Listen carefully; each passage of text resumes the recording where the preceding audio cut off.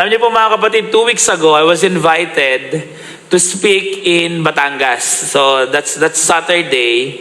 At meron po tayong isang church na nag-celebrate ng kanilang anniversary. On my way, papunta po sa Batangas, nakaramdam po ako ng konting gutom. So nag-isip ako, sabi ko, ano kayang pwede kong kainin? So dumaan po ako ng isang convenience store. Tapos po doon sa convenience store, meron po doong rice meal na hotdog lang naman po yung ulam. Tapos may turon. Tapos meron pong bumili lang ako ng drink. So to make the long story short po, dahil nakaramdam ako ng gutom, bago po ako pumunta dun sa church, bumili ako nun. Bumili ako ng rice meal, nung turon, tsaka po nung juice. So binayaran ko na po yun. Pagkabayad ko po, sumakay na ako ng sasakyan, nag-drive uli ako, sabi ko, para at least, kasi it's my first time to go to that church, naka-Waze lang naman ako. Sabi ko, habang nagda-drive, kakain na lang ako. Tapos nung nagda-drive na po ako, napansin ko kulang po yung dala ko sa sasakyan. Nandun yung juice, nandun yung rice meal, wala yung turon. Sabi ko, paano ako kakain? Mas madaling kainin yung turon. Nangihinayang naman po ako. Sabi ko, ang mahal nung turon na yun. Nung bata po ako, 5 piso lang yung turon Ngayon, ang mahal na po ng turon. So sabi ko, sayang. Bumalik po ako sa convenience store. Pagdating ko po sa convenience store, iba na yung cashier.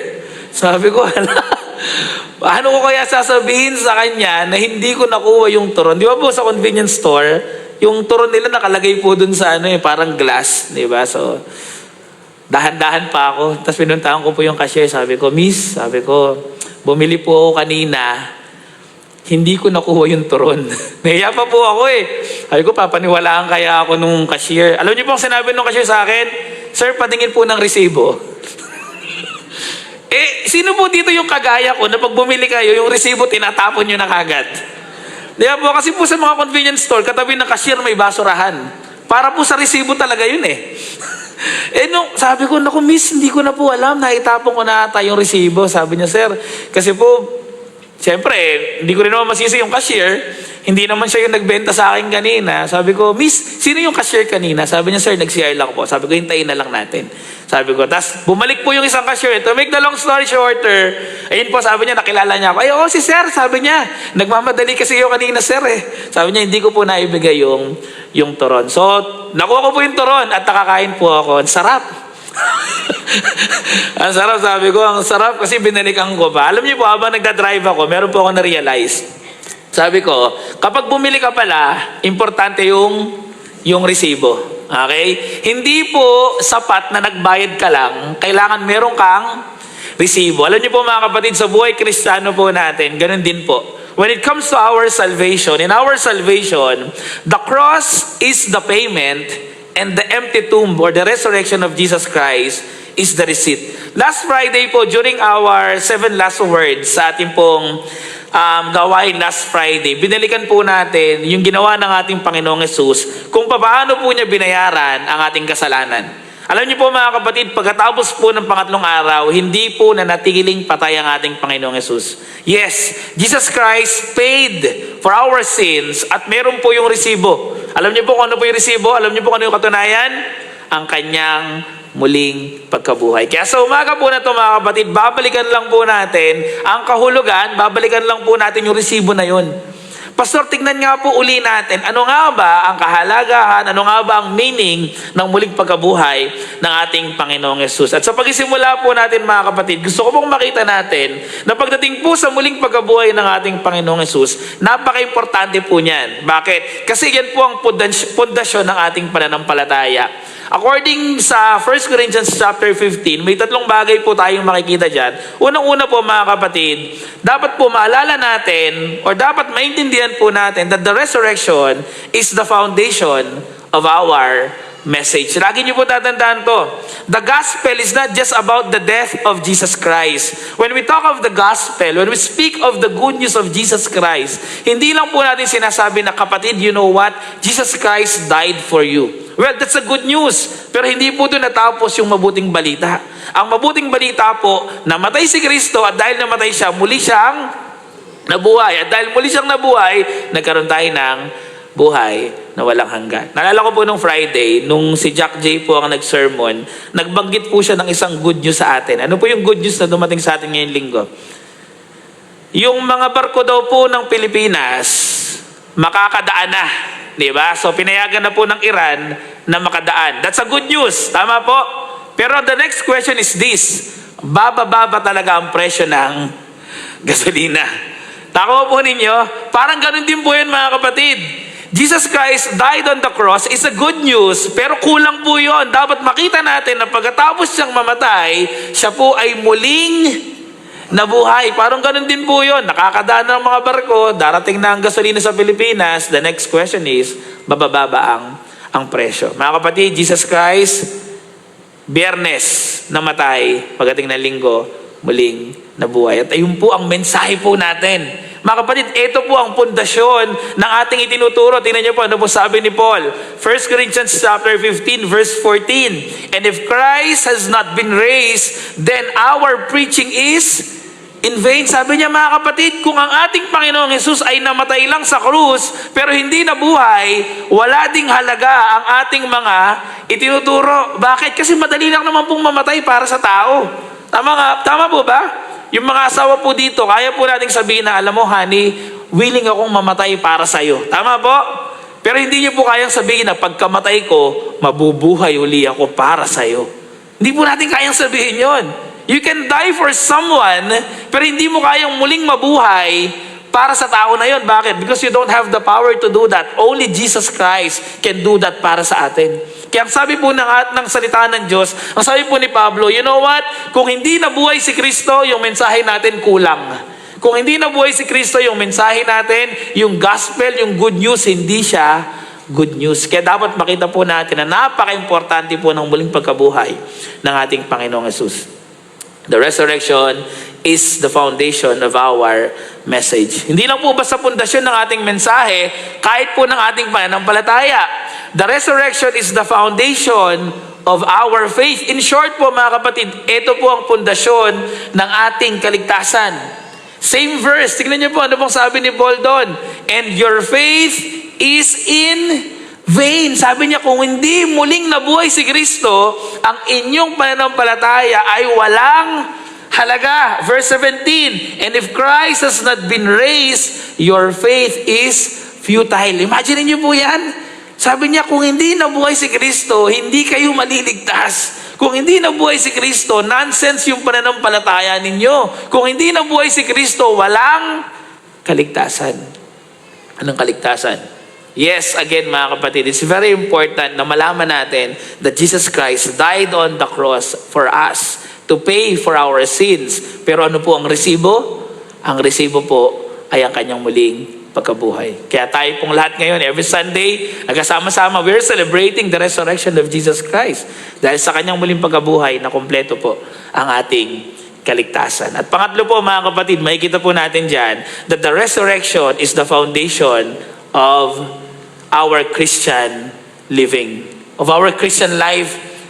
Mga kapatid, dahil po sa muling pagkabuhay ng ating Panginoon, pwede na po tayong mamuhay ng may katwiran sa harapan ng ating Panginoon. Tingnan niyo po, in verse 17, ang sabi doon, and if Christ has not been raised, your faith is futile and you are still in your sins. Ibig sabihin po mga kapatid, dahil nabuhay po si Kristo, natalo na po ang kasalanan, at dahil natalo na ang kasalanan, tayo pong lahat ngayon pwedeng mapagtagumpayan yung mga kasalanan na ating kinakaharap. Tama po ba? All of us, lahat po tayo may mga weaknesses. And minsan tayo pong mga tao, we tend to justify yung mga weaknesses natin based po sa preference natin. Pwede natin sabihin na, Pastor, kasi ito ang kahinaan ko eh. Siguro naiintindihan naman ako ni Lord dito. Totoo naman po yun, naiintindihan ni Lord yung kalagayan natin. Pero mga kapatid, ang sabi po ng salita ng Diyos, dahil muling nabuhay ang ating Panginoong Hesus, kaya po nating pagtagumpayan ng kasalanan. Any struggle, any weaknesses na meron po tayo. Pastor, I'm struggling with lust. Kaya ko bang magtagumpay dito? Kaya po natin. Anong resibo? Jesus Christ raised from the dead. Kung ang kamatayan po natalo ni Kristo, yung kasalanan na meron po tayo ngayon, kaya din po yan talunin ng ating Panginoong Yesus. Pastor, I'm struggling with this sin. This is my weakness. Nag-struggle po ako sa pagiging mayabang. Kaya ba ako iligtas ni Lord sa pagiging mayabang? Kaya po. Pastor, nag-struggle ako sa galit. Meron akong anger management. Kaya ba ako iligtas ni Lord sa anger management na to? Kaya po. Yan po ang sinasabi ng salita ng Diyos. Kung ang kamatayan ay napagtagumpayan ng ating Panginoong Hesus, any sin na meron po tayo, any struggle, any weakness, ay kaya din po nating mapagtagumpayan. Kaya mga kapatid, again, the resurrection of Jesus Christ is very important. This is a very important doctrine na dapat pinangahawakan at pinaniniwalaan po natin. Pero mga kapatid, this morning, ito po ang isang importanteng bagay na gusto ko pong makita natin. That the resurrection of Christ is not only a truth to believe, but the power to experience. Believing in the resurrection of Jesus Christ is one thing, pero yung mamuhay po sa kapangyarihan nito ay isa pang bagong bagay. May mga tao po naniniwala sila na nabuhay muli si Kristo, pero yung katotohanan na yun, hindi po totoo sa kanilang buhay. Hindi po nila nararanasan yung kapangyarihan ng muling pagkabuhay ng ating Panginoon. Ito po yung sinasabi ni Paul sa Philippians. Sabi niya, I want to experience the power of His resurrection. Yun po ang sinasabi ni Paul. Sabi niya, gusto kong maranasan yung kapangyarihan na ginamit ng Diyos para muling mabuhay ang ating Panginoong Hesus. At dapat yun po yung prayer natin bilang mga mananampalataya. Lord, you are so powerful that even death, natalo ninyo, that even death na pagtagumpayan ninyo, now I want to experience that power. At yun po dapat yung nararanasan po natin bilang mga Kristiyano. Kaya sa umaga po na to, the question is not just, do you believe in the resurrection? But the question is, are you living in its power? Namumuhay ka ba sa kapangyarihan ng muling pagkabuhay ng ating Panginoong Hesus? At tatlong bagay po, yung gusto ko pong pag-usapan natin.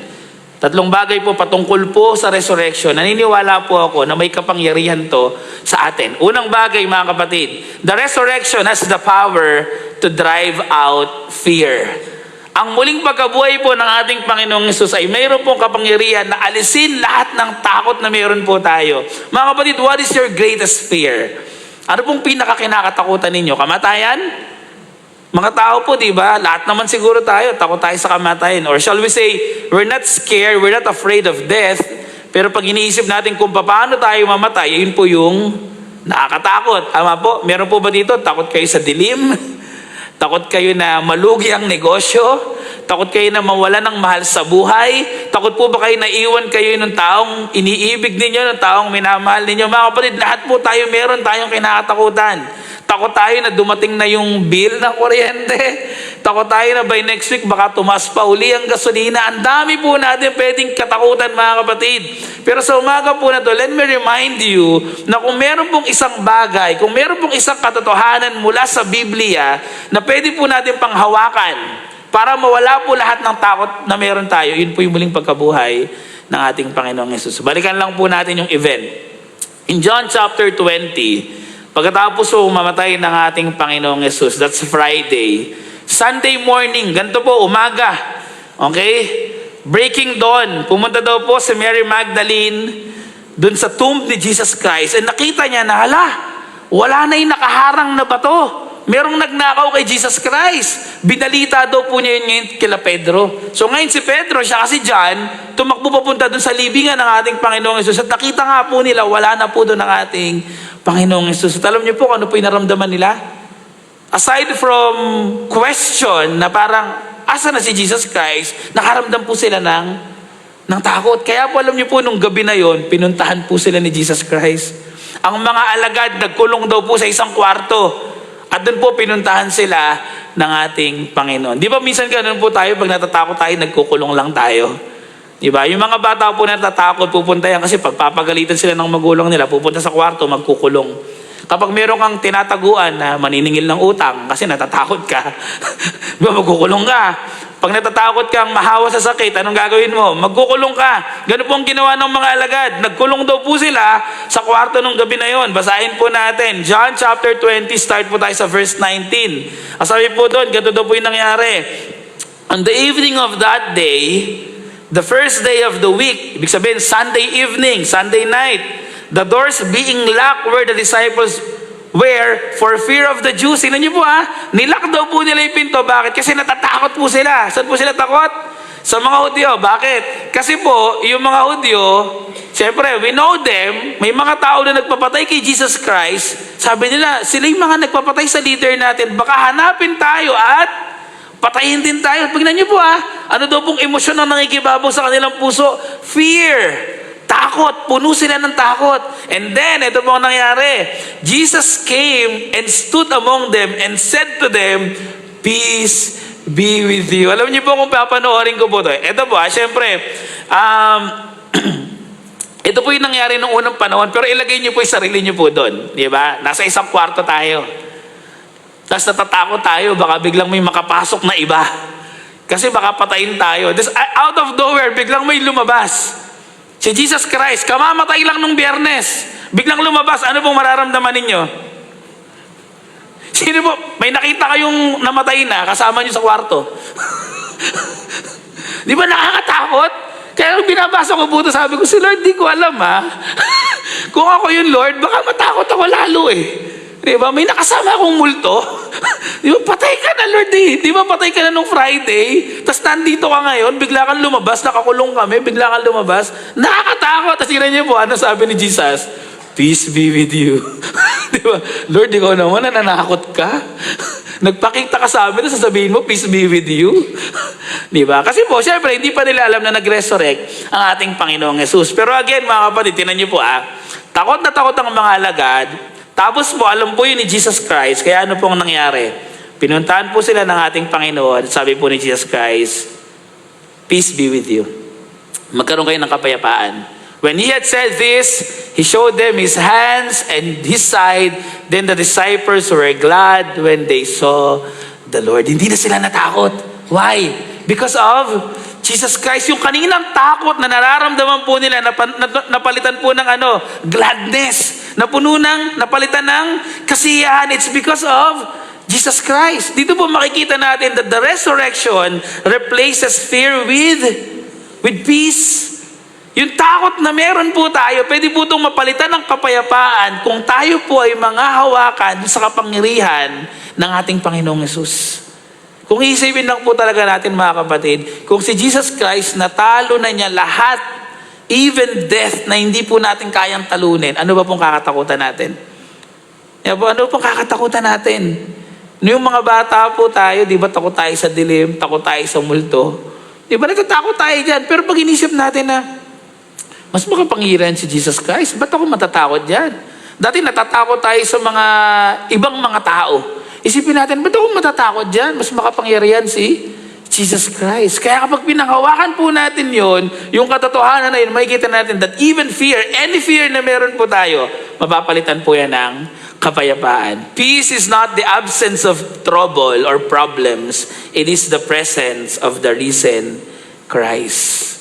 Mga kapatid, hindi po mauubos ang problema, hindi po mauubos ang pagsubok, pero pwede po tayo magkaroon ng kapayapaan if we have Jesus Christ sa buhay po natin. Kaya po, dahil sa muling pagkabuhay ng ating Panginoon, because He lives, you can face tomorrow. Remember the song? Because He lives, I can face tomorrow. Kaya po nating harapin ang bukas dahil buhay ang ating Panginoong Yesus. Because He lives, you can stand in uncertainty. Ang dami pong uncertainties ngayon sa buhay natin. Di ba? Ang dami po natin pwedeng katakutan. Ang dami po natin pwedeng isiping problema. Yung mga leaders namin, hindi namin alam kung concern sa amin. Bababa pa ba uli ang presyo ng gasolina? Makakaahon pa ba kami sa hirap? Gagaling pa ba ako sa kagalingan ko, sa sakit na meron ako ngayon? Mga kapatid, ang dami pong uncertainties. But because He lives, we can face tomorrow and we can stand in uncertainties. And because He lives, He can live courageously. Mga kapatid, pwede po tayong mamuhay ng may katapangan, ng mayroong boldness because of Jesus Christ. Amen po ba? Kaya ang sarap po talagang binabalikan yung muling pagkabuhay ng ating Panginoong Yesus. Kasi every time na inaalala po natin yung resurrection, yung muling pagkabuhay ng ating Panginoon, buhay siya, hindi siya patay. Meron po tayong assurance. Meron po tayong kapayapaan. Kaya po minsan, kapag tayong mga tao, pag feeling natin mag-isa lang tayo, pinanghihinaan po tayo ng loob. Pero kapag may kasama ka, lumalakas na loob mo. Yung mga bata po, isipin niyo po yung mga bata kapag naiwan sa bahay mag-isa, biglang nag-brown out, ano pong mararamdaman nila? Tatakot kasi ang dilim. Hala, wala akong kasama. Pero once marinig na po nila yung tinig ng kanilang mga magulang, nak, nandito si mami, nak, nandito si daddy, ano mararamdaman nila? Kakalma. Kakalma na, magkakaroon na ng kapayapaan. Ganun din po sa atin. Minsan nakakalimutan lang po natin na ang ating Panginoong Hesus ay buhay.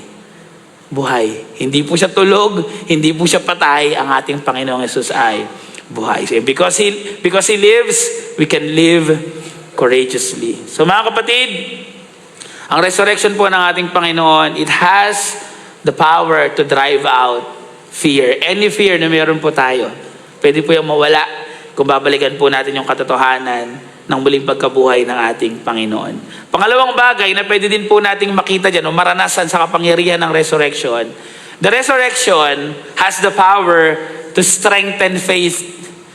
Ang muling pagkabuhay po ng ating Panginoong Hesus ay magpapalakas po ng ating pananampalataya sa Kanya. Naalala niyo po yung nangyari, balikan po ulit natin story. John chapter 20, Sunday night, pumunta si Jesus Christ, pinuntahan niya yung mga alagad dun sa nakalak na room. Meron pong isang absent sa mga disciples. Sino pong absent? Si Thomas. Absent, hindi ko po alam kung anong reason ni Thomas, ba't wala siya dun ha? Siguro po na late, or may pinuntahan, baka nagutom, pumunta sa convenience store. Okay. Hindi ko alam kung anong reason ni Thomas, ba't wala siya dun sa kwarto na yun. Basta hindi po niya nakita si Jesus Christ. Absent siya. Kaya po nung binalita po nung mga tao, binalita nung mga alagad kay Thomas, you know what, Thomas? We saw Jesus Christ. Nakipagkwentuhan siya sa amin. Pinakita pa niya yung sugat niya sa kamay, pinakita pa niya yung sugat niya sa tagiliran. Alam niyo po ano sabi ni Thomas? Di ako naniniwala. Ibati niyo po ano sabi ni Thomas. Now Thomas, one of the 12, called the twin, was not with them when Jesus came. So the other disciples told him, we have seen the Lord. But he said, tingnan niyo po ano sabi niya? Unless I see. Kung hindi ko makikita, unless I see in his hands the mark of the nails, and place my finger into the mark of the nails, and place my hand into his side, I will never believe. Grabe po, you know what? That statement na unless I see is very powerful. Alam niyo po kung bakit? Kasi madalas ganyan din po tayo eh. Di ba? Minsan may condition po yung paniniwala natin kay Lord eh. Parang ganito yun, Lord, maniniwala ako na provider ka kung babayaran mo ang bill namin ngayong buwan. Ano ba? Lord, maniniwala ako na ikaw ang great healer kung pagagalingin mo ko. Unless I see, unless ma-experience ko, dun lang ako maniniwala. Grabe, napakalit po na pananampalataya. Para po si Thomas, sabi niya, ang dami-dami na pong nagsabi dun ha. Imagine niyo yung mga alagad. 10 sila na nandun. Sabi niya, you know what, Thomas? We saw Jesus Christ. Tapos nag-iisa lang siya. Sabi niya, di ako naniniwala unless makita ko. Unless maranasan ko. Minsan ganyan po yung attitude ng mga tao.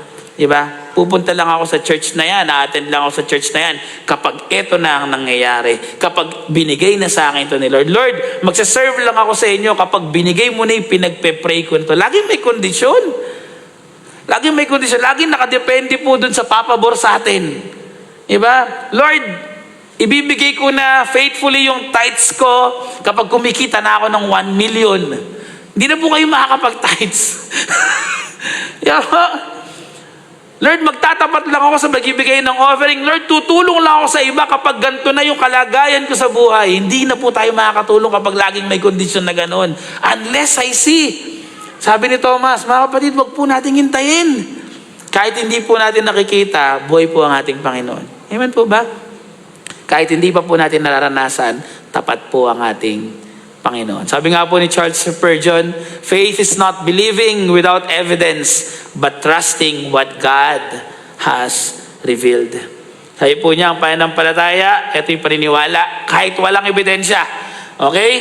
But trusting what God has revealed. So dito mga kapatid, makikita po natin that faith is not the absence of questions, it is the decision to trust the one who has proven himself faithful. Ang totoo, hindi naman po tayo pinagbabawalan ni Lord na magtanong.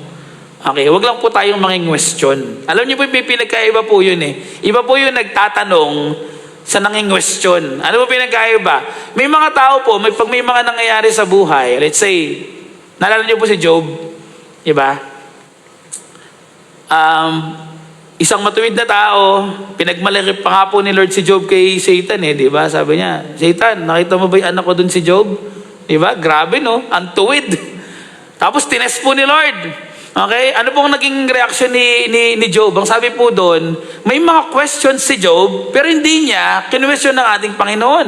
May mga tanong siya, pero hindi po niya kinwestiyon ng ating Panginoon. Kaya nga po, sabi dun sa story ni Job, sabi po doon, hindi daw po nagkasala si Job sa harapan ni Lord eh.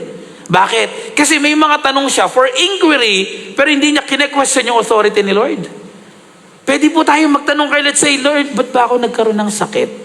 Objectively, you're asking the Lord, Lord, ba't ko ba nararanasan yung mga bagay na to?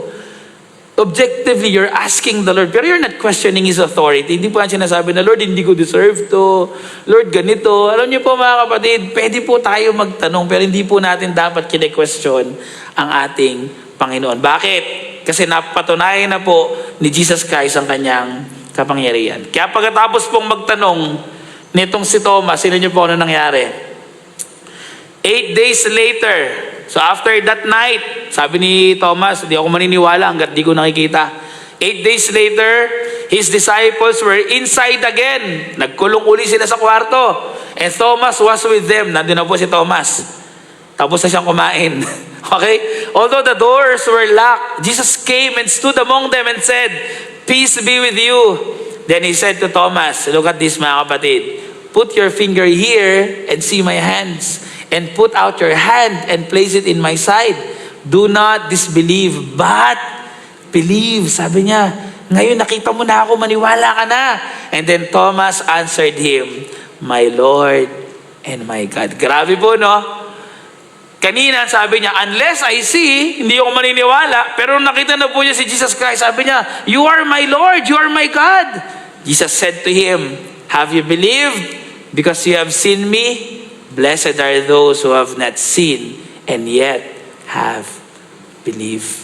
Mga kapatid, you know what? In reality, unlike the disciples, hindi pa po natin nakikita si Jesus Christ. But let me ask you this question. Do you believe in Jesus Christ? Sabi po ni Jesus Christ, yung mga tao daw po na hindi nakakita sa Kanya, pero naniniwala, blessed are those people. Pinagpala po tayo. Tingnan niyo yung katabi niyo, pinagpala ka pala? Pinagpala, pautang. Blessed ka pala. Pautang naman. Hindi po mga kapatid. Tayo pong mga tao na kahit hindi natin nakikita ang ating Panginoon, naniniwala tayo, we are blessed.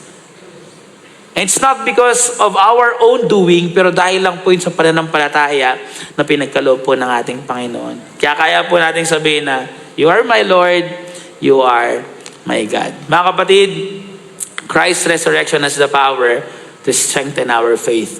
Manampalataya po tayo sa ating Panginoon.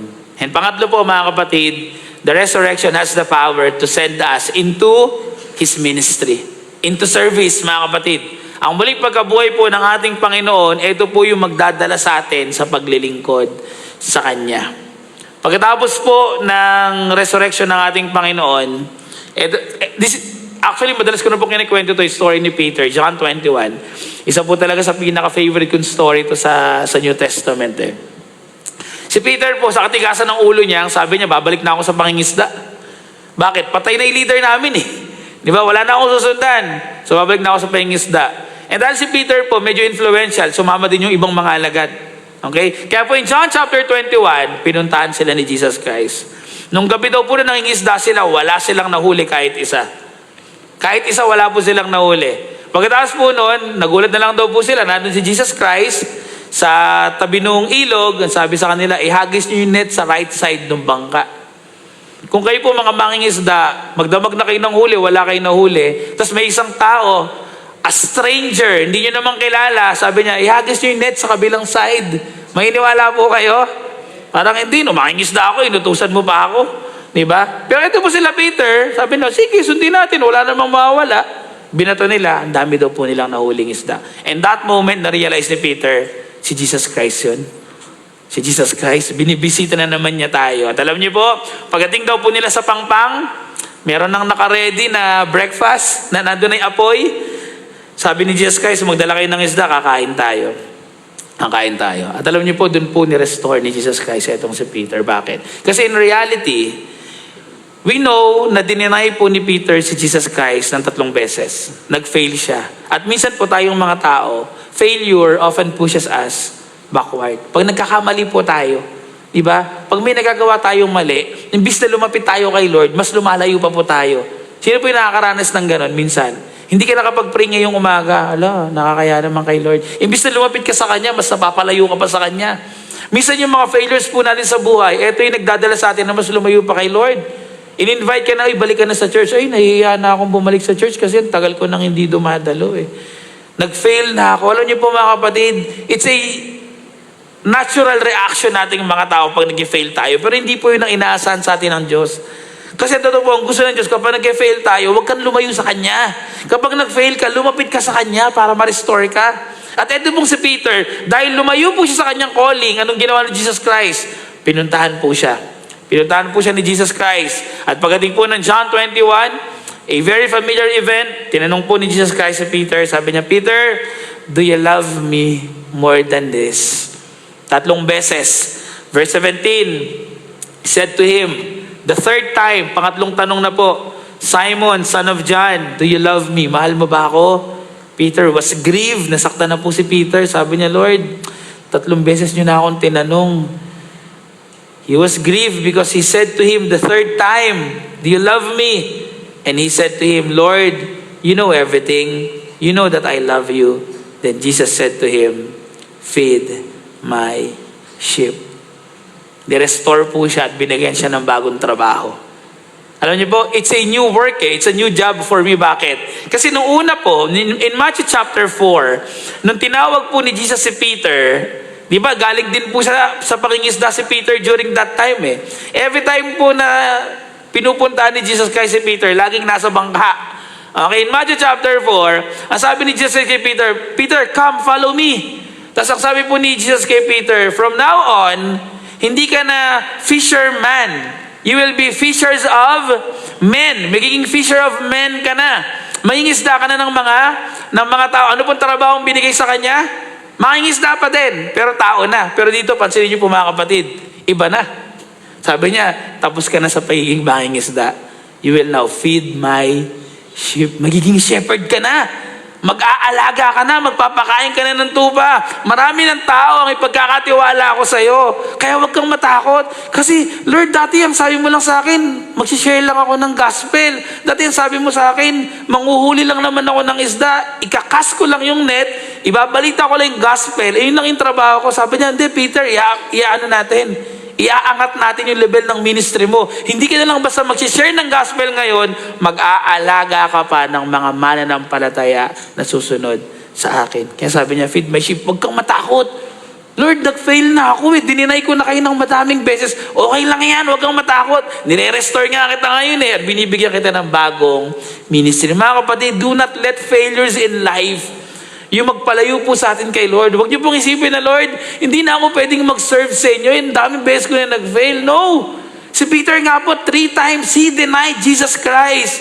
Pero hindi po siya tinaboy ng ating Panginoon. Ano pong ginawa ni Jesus Christ? Hindi na siya pabalik at binigyan po siya ng bagong ministry. Dati, mangingisda ng mga tao. Ngayon, tagapag-alaga ng tupa ng ating Panginoon. Sabi niya, now, you feed my sheep because you love me. Mga kapatid, the resurrection restores us and sends us into His mission. Meron pong mission na ipapagawa ang ating Panginoon. Alam niyo po, hindi po nabuhay si Jesus Christ sa krus para umupo lang po tayo sa church. Hindi po namatay si Jesus Christ sa krus at muli siyang nabuhay para makinig lang po tayo ng salita ng Diyos linggo-linggo. No. Jesus Christ died on the cross and He rose again after 3 days for us to do good works. Yun po sinasabi ng Bible. Sabi ni Paul in Ephesians chapter 2, sabi niya, we were created to do good works. Huwag po nating sayangin yung kapangyarihan na pinagkaloob sa atin ng ating Panginoon. Mga kapatid, because Jesus Christ, He rose from the grave, may kapangyarihan po na ipinagkaloob sa atin. In Acts chapter 1 verse 8, sabi po nun, bago umakyat si Jesus Christ sa langit, sabi niya, now, sabi niya, you will receive power when the Holy Spirit has come upon you, and you will be my witnesses. Imagine niyo po, after mag-resurrect ni Jesus Christ, nung mabakay siya sa langit, sabi niya, pag dumating ang banal na Espiritu, you will have the power. And then you will do the ministry. Matthew chapter 28, bago umakyat si Jesus Christ, sabi niya, go therefore and make disciples of all nations, baptizing them in the name of the Father, of the Son, and of the Holy Spirit. Mga kapatid, Jesus Christ gave us the power from the resurrection na meron po tayo para ipagpatuloy yung ministry na iniwanan po niya sa atin. Huwag po tayo pumayag na kapag nasa church nakaupo lang tayo. Huwag po tayo pumayag na Kristiyano lang tayo kapag linggo pero hindi po tayo naglilingkod sa ating Panginoon. Mga kapatid, ang ating Panginoong Hesus muling nabuhay para ipagpatuloy din po natin yung ministry na Kanya pong sinimulan. Sana po sumama tayo. Sana po maglingkod tayo. Tanggapin po natin yung calling. Tanggapin po natin yung mission na pinagkaloob sa atin. The resurrection restores us and sends us into mission. Amen po ba? Mga kapatid, huwag po nating sayangin ang muling pagkabuhay ng ating Panginoon. The power of the resurrection. Mga kapatid, tatlong bagay lang po yung pinag-usapan po natin. Dahil muling nabuhay ang ating Panginoong Hesus, you don't have to live afraid.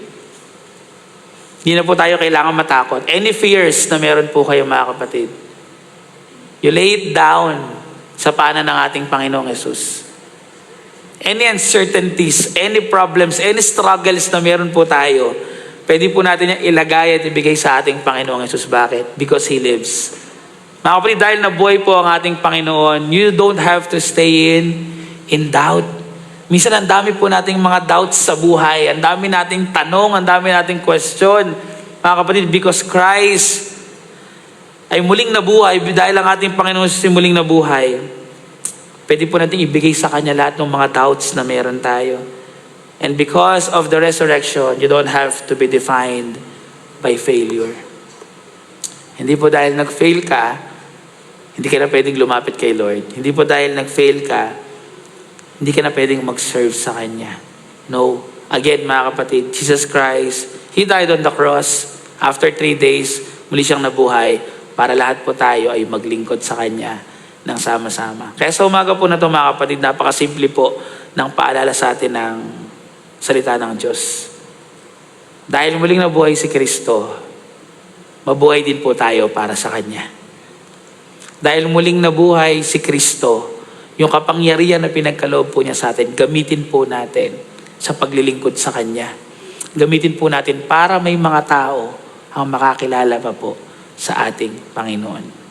And minsan parang mahirap lang tignan, di ba? Sabi, mahirap lang gawin. Pastor, ang hirap naman kasi hindi ko kayang mag-share ng gospel, hindi ko kayang mag-preach kagaya ng ginagawa niyo. Alam niyo po mga kapatid, minsan, yung mag-invite lang po tayo ng Sunday, kasi Sunday is the resurrection day eh. Tama po? Kaya nga po tayo nag-isama ng Sunday. Sometimes, you cannot preach. Yes, sometimes, you cannot speak.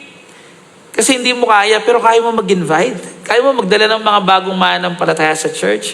At sama-sama tayong maglilingkod sa ating Panginoon para yung mga tao po na yun makakilala sa Kanya. So mga kapatid, huwag po nating sayangin ang muling pagkabuhay ng ating Panginoong Hesus. Sama-sama po tayong maglingkod sa Kanya. Manalangin po tayo. Aming Ama, sa umaga po na to, we are not just remembering the resurrection of our Lord Jesus Christ, but we want to experience the power of His resurrection. Yung kapangyarihan na bumuhay po sa aming Panginoong Hesus, nais po naming maranasan yung kapangyarihan na yon. Upang kami po ay hindi mamuhay sa takot, hindi po kami mamuhay sa pag-aalinlangan, at hindi rin po kami mamuhay ng walang ginagawa. Kasi alam po namin na tinawag niyo po kami para po maglingkod sa inyo. Mamuhay ng merong boldness, mamuhay ng merong courage, mamuhay ng merong pong puso na handa pong ipagkaloob sa inyo kahit nagkakamali kami, kahit nagkukulang kami, alam po namin na enough yung grace ninyo, enough yung power ninyo para makabalik po kami sa inyo.